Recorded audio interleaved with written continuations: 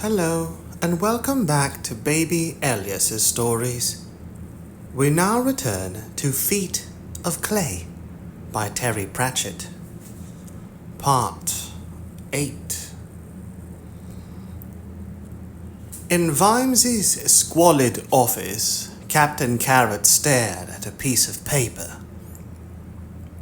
Repairs to guttering, watchhouse, Sidopolis Yard, new downpipe, 35-degree, Mickle white bend, 4 right-angle trusses, labor and making good, $16.35. There were more like them, including Constable Downspout's Pigeon Bill. He knew Sergeant Cullen objected to the idea of a policeman being paid in pigeons, but Constable Downspout was a gargoyle, and gargoyles had no concept of money. But they knew a pigeon when they ate it. Still, things were improving. When Carrot had arrived, the entire watch's petty cash had been kept on a shelf in a tin marked "Strong in the Arms, Armor Polish for Gleaming Cohorts," and if money was needed for anything, all you had to do was go and find Nobby and force him to give it back. Then there was the letter from a resident in Park Lane, one of the most select addresses in the city. Commander Vimes, the night watch patrolling this street appears to be made up entirely of dwarves. I have nothing against dwarves amongst their own kind, at least they are not trolls, but one hears stories and I have daughters in the house. I demand that this situation is remedied instantly, otherwise I shall have no option but to take up the matter with Lord Vetinari, who is a personal friend. I am, sir, your obedient servant, Joshua H. Catterrail. This was police work, was it? He wondered if Mr. Vimes were trying to tell him something. There were other letters. The community coordinator of Equal Heights for Dwarves was demanding that dwarves in the watch be allowed to carry an axe rather than the traditional sword, and should be sent to investigate only those crimes committed by tall people. The Thieves' Guild was complaining that Commander Vimes had said publicly that most thefts were committed by thieves. You'd need the wisdom of King Isaiah Danu to tackle them, and these were only today's letters. He picked up the next one and read, "Translation of text found in Father Tubalchek's mouth.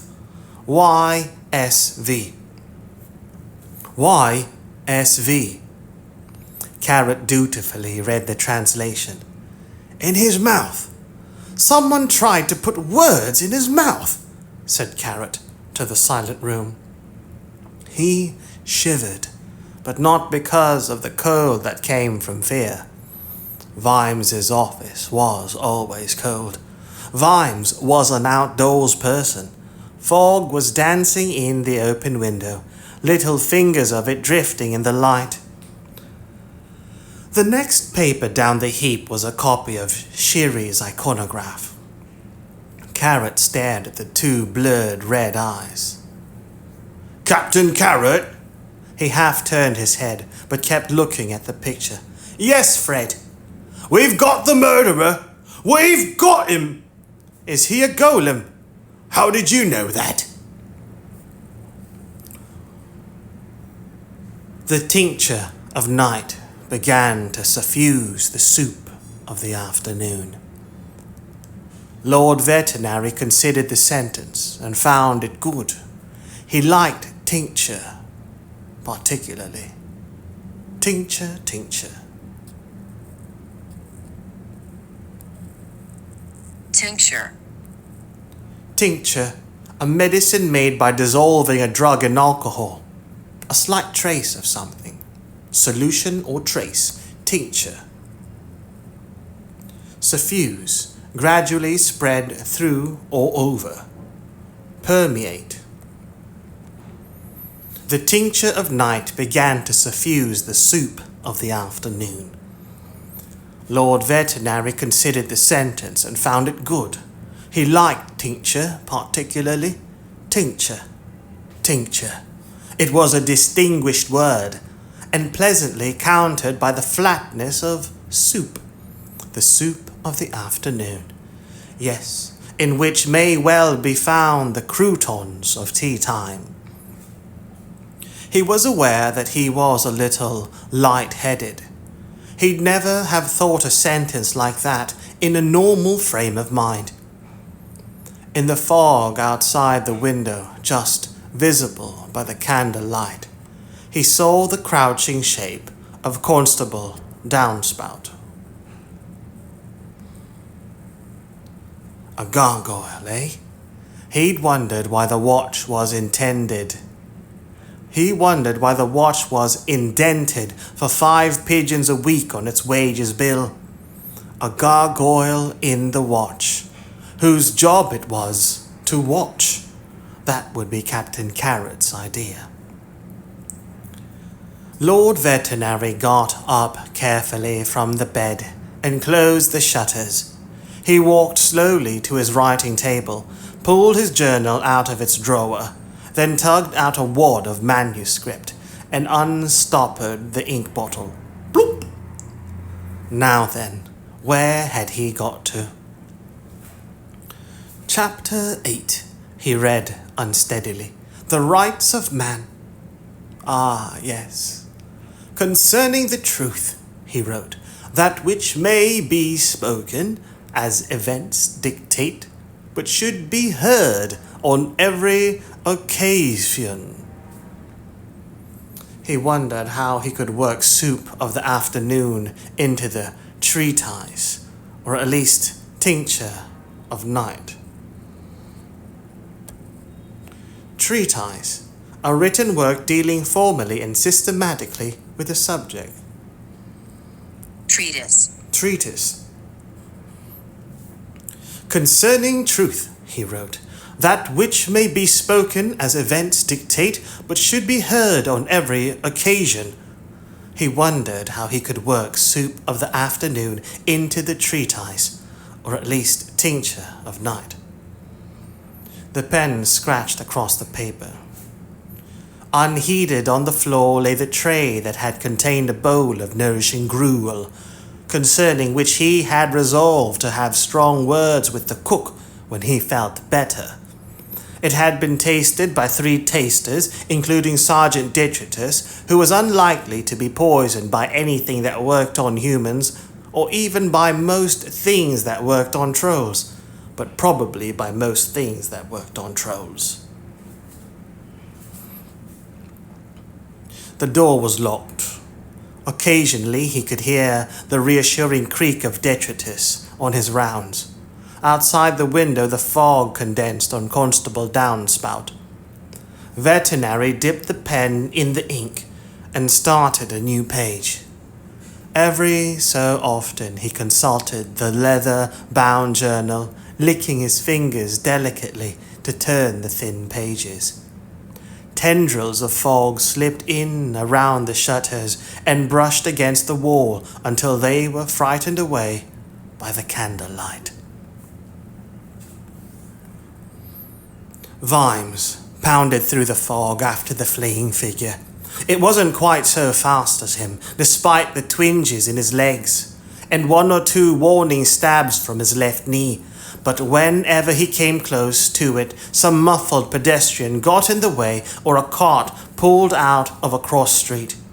His souls told him that they'd gone right down Broadway and had turned left into none-such street, small, square paving stones.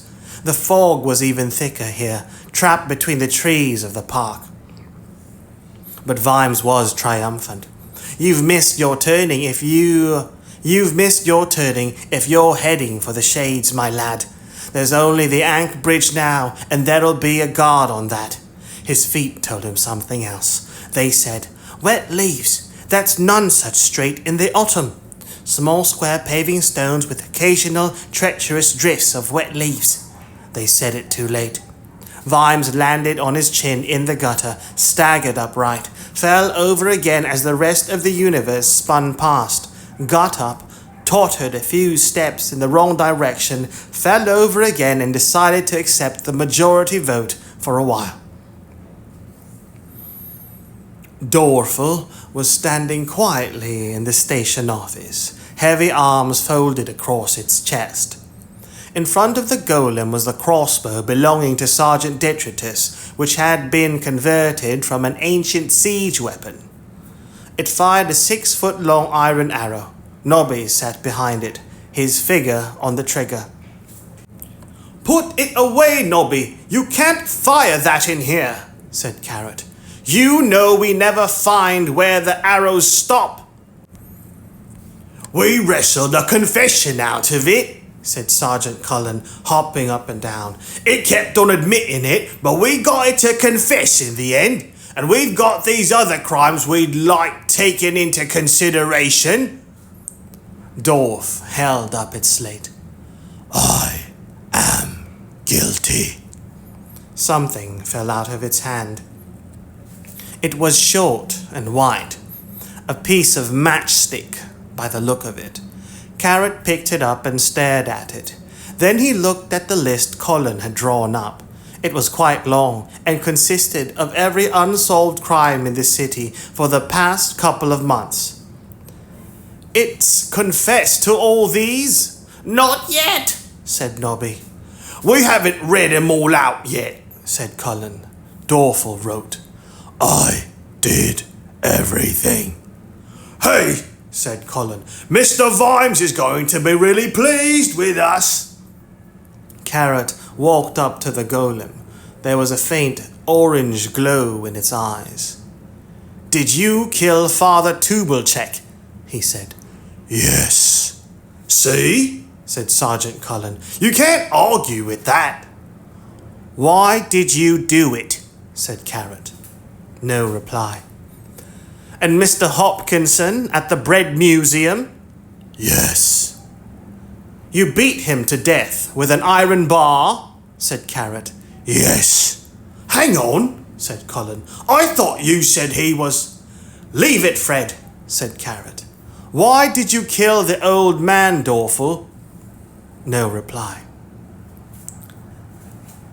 "Does there have to be a reason? You can't trust golems. My dad always used to say," said Colin, turn on you soon as look at you," he said. "Have they ever killed anyone?" said Carrot. "Not for want of thinking about it," said Cullen darkly. "My dad said he had to work with one once, and it used to look at him all the time. He'd turn around, and there it would be, looking at him." Dorfel sat, staring straight in front. "Shine a candle in its eyes," said Nobby. Carrot pulled a chair across the floor and straddled it, facing Dorfel. He absent-mindedly twirled the broken match between his fingers. "I know you didn't kill Mr. Hopkinson, and I don't think you killed Father Tubelcheck," he said. "I think he was dying when you found him. I think you tried to save him, Dorfel. In fact, I'm pretty sure I can prove it if I can see your chem." The light from the golem's flaring eyes filled the room. He stepped forward, fists upraised. Nobby fired the crossbow. Dorfel snatched the long bolt out of the air. There was the sound of screaming metal, and the bolt became a thin bar of red-hot iron with a bulge piled up around the golem's grip. But Carrot was behind the golem, flipping open its head, and the golem turned, raising the iron bar like a club, the fire dead in its eyes. "Got it," said Carrot. holding up a yellowed scroll.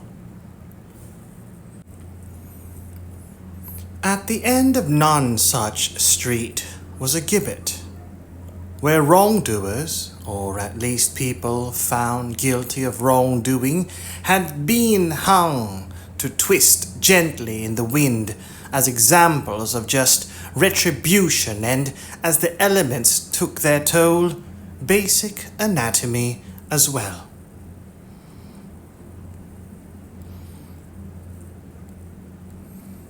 Gibbet. Gibbet, a gallows.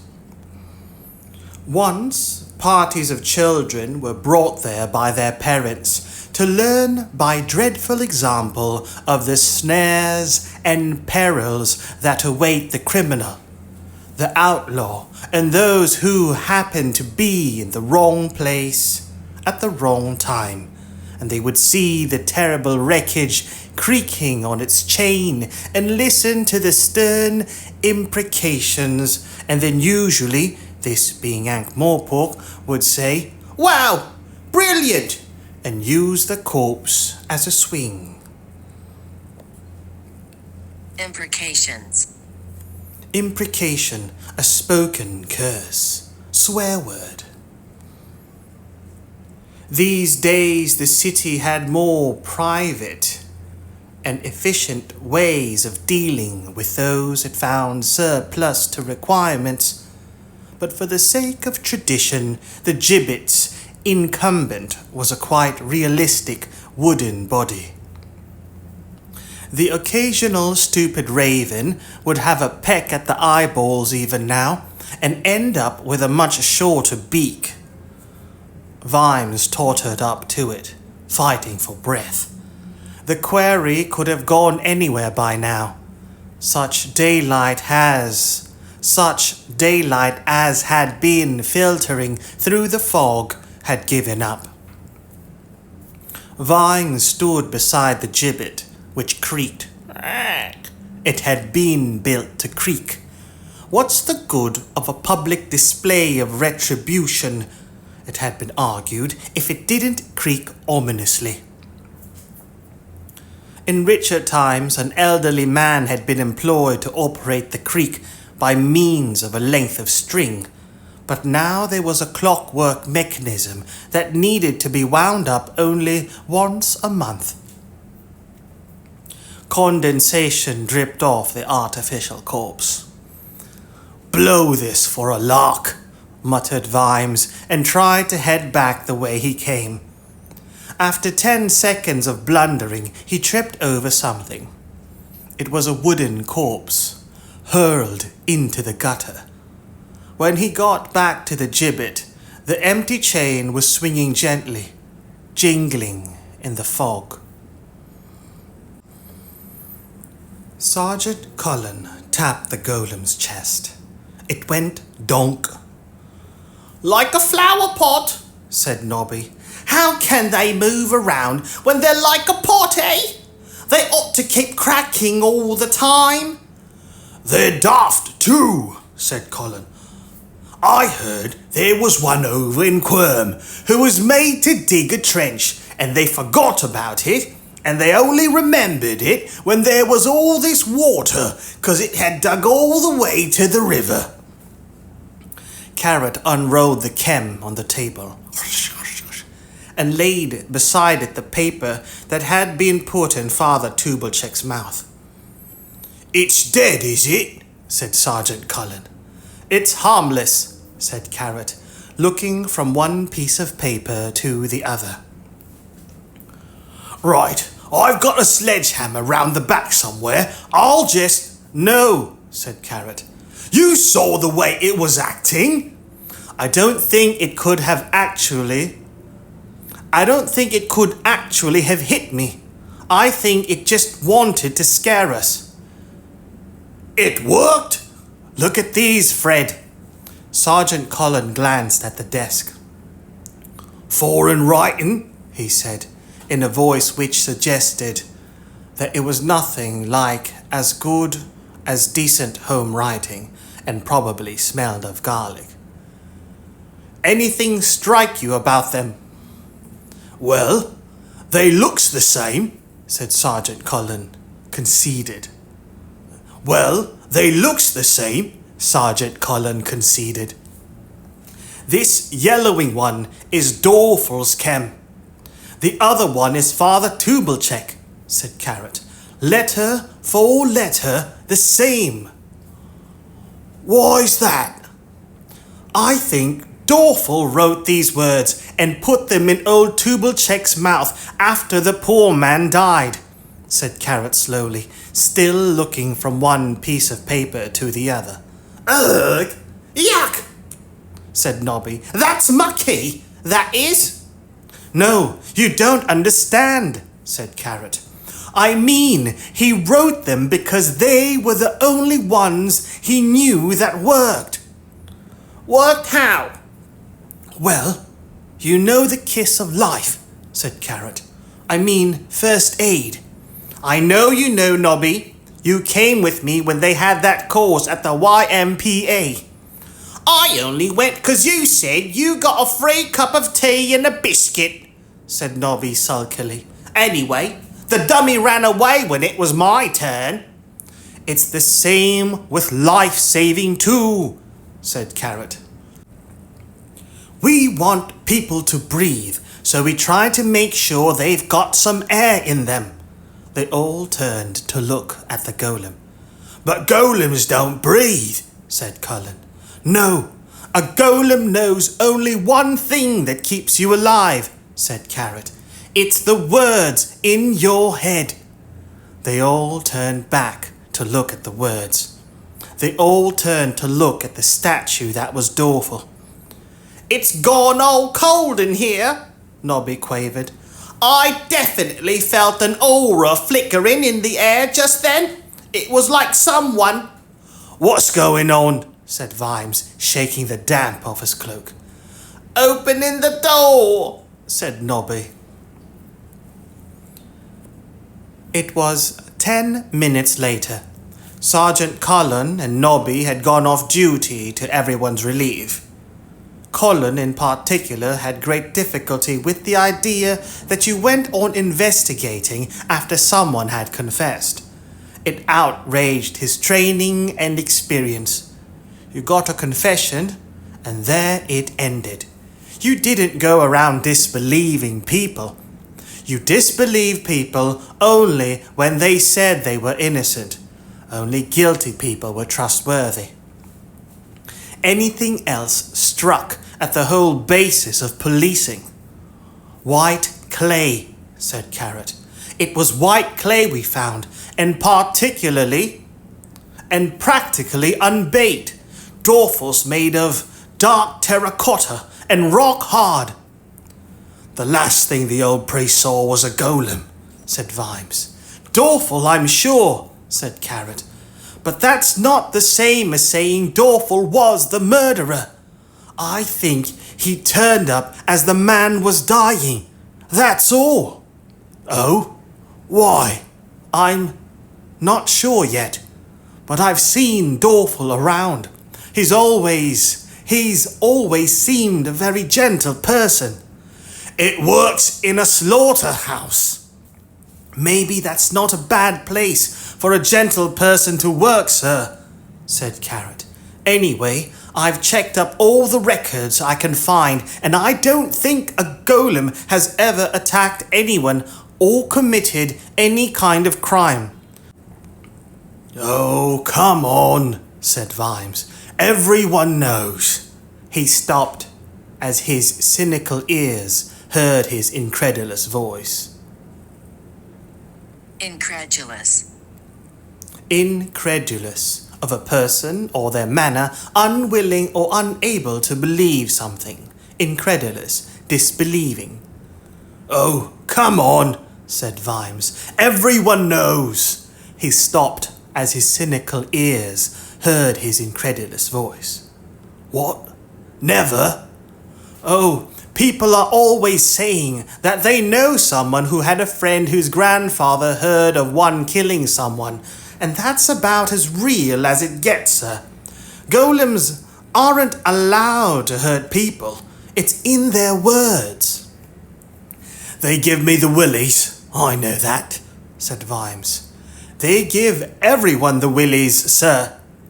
You hear lots of stories about them doing stupid things, like making 1,000 teapots, or digging a hole 5 miles deep, said Vimes. Yes, but that's not exactly criminal activity, is it, sir?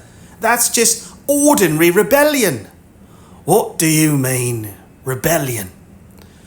Dumbly obeying orders, sir. You know. Someone shouts at it, go and make teapots, so it does. Can't be blamed for obeying orders, sir. No one told them how many.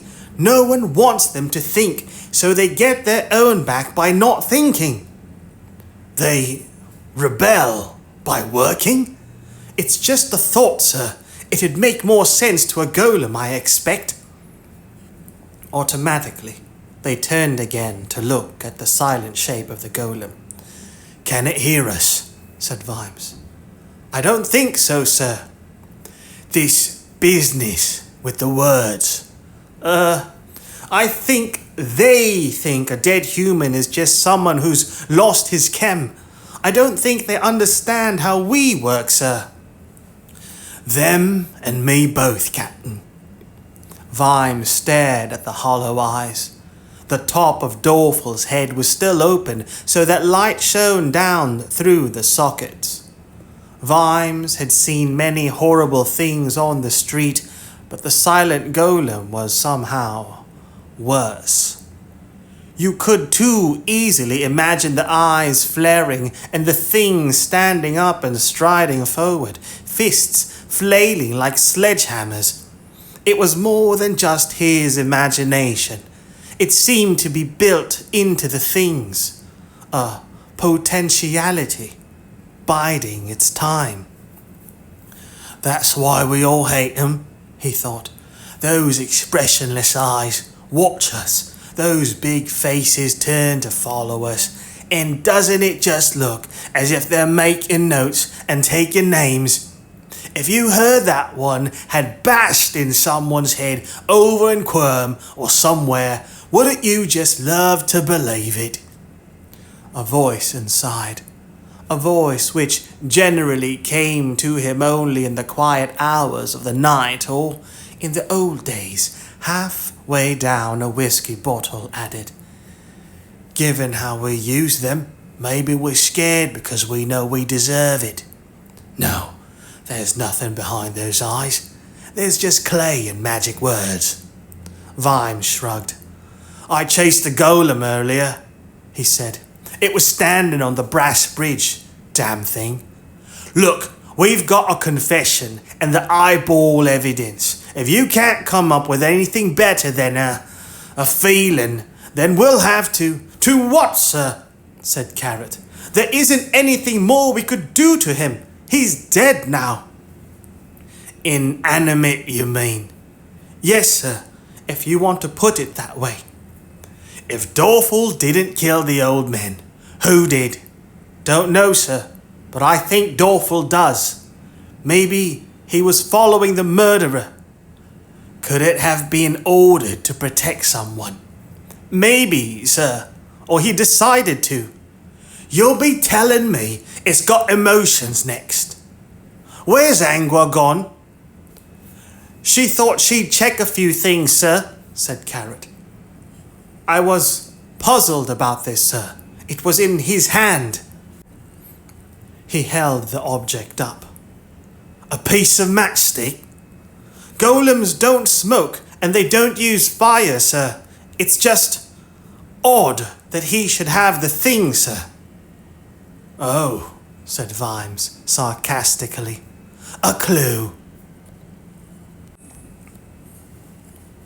Dorful's trail was the word on the street. The mixed smells of the slaughterhouse filled Angua's nostrils. The journey zigzagged, but with a certain directional tendency. It was as if the golem had laid a ruler across the town and taken every road and alley that went in the right direction. She came to a short, blind alley. There were some warehouse gates at the end. She sniffed. There were plenty of other smells too. Dough, paint, grease, pine resin, sharp, loud, fresh scents. She sniffed again. Cloth? Wool? There was a confusion of footprints in the dirt. Large footprints. The small part of Angua that always walked on two legs saw that the footprints coming out were on top of the footprints going in. She snuffled around. Up to 12 creatures, each with their own very distinctive smell. The smell of merchandise, rather than living creatures, had all very recently gone down the stairwell, and all 12 had come back up. She went down the steps and was met by an impenetrable barrier. A door. Paws were no good at doorknobs. She peered over the top of the steps. There was no one around. Only the fog hung between the buildings. She concentrated and changed. Leaned against the wall for a moment until the world stopped spinning and tried the door. There was a large cellar beyond. Even with a werewolf's eyesight, there wasn't much to see. She had to stay human. She thought better when she was human. Unfortunately, here and now, as a human, the thought occupying her mind in no small measure was that she was naked. Anyone finding a naked woman in their cellar would be bound to ask questions. They might not even bother with questions, even ones like, "Please." Angua could certainly deal with that situation, but she preferred not to have to. It was so difficult explaining away the shape of the wounds. No time to waste then. The walls were covered in writing. Big letters, small letters, but all in that neat script which the golems used. There were phrases in chalk and paint and charcoal, and in some cases simply cut into the stone itself. They reached from floor to ceiling, crisscrossing one another over and over again, so often that it was almost impossible to make out what any of them were meant to say. Here and there a word or two stood out in the jumble of letters. Shall not. What he does is not. Rage at the Creator. Woe unto the masterless. Words in the clay of our. Let my bring us to free. The dust in the middle of the floor was scuffed, as if a number of people had been milling around. She crouched down and rubbed the dirt, occasionally sniffing her fingers. Smells. They were industrial smells. She hardly needed special senses to detect them. A golem didn't smell of anything except clay, and whatever it was working with at the time. And something rolled under her fingers. It was a length of wood, only a couple of inches long. A matchstick without a head. A few minutes' investigation found another 10 lying here and there, as if they'd been idly dropped. There was also half a stick, tossed away some distance from the others. Her night vision was fading, but sense of smell lasted much longer. Smells were strong on the sticks, the same cocktail of odors that had trailed into this damp room. But the slaughterhouse smell she'd come to associate with Dorful was on only the broken piece. She sat back on her haunches and looked at the little heap of wood. 12 people in messy jobs had come here. They hadn't stayed long. They'd had a discussion, the writing on the wall. They'd done something involving 11 matches, just the wooden part. They hadn't been dipped to get the head. Just the wooden part. They hadn't been dipped to get the head. Maybe the pine-smelling golem worked in a match factory. plus 1 broken match. Then they'd all left and gone their separate ways. Dorfel's way had taken him straight to the main watchhouse to give himself up. Why? She sniffed at the piece of broken match again. There was no doubt about that cocktail of blood and meat smells. Dorfel had given himself up for murder. She stared at the writing on the wall and shivered.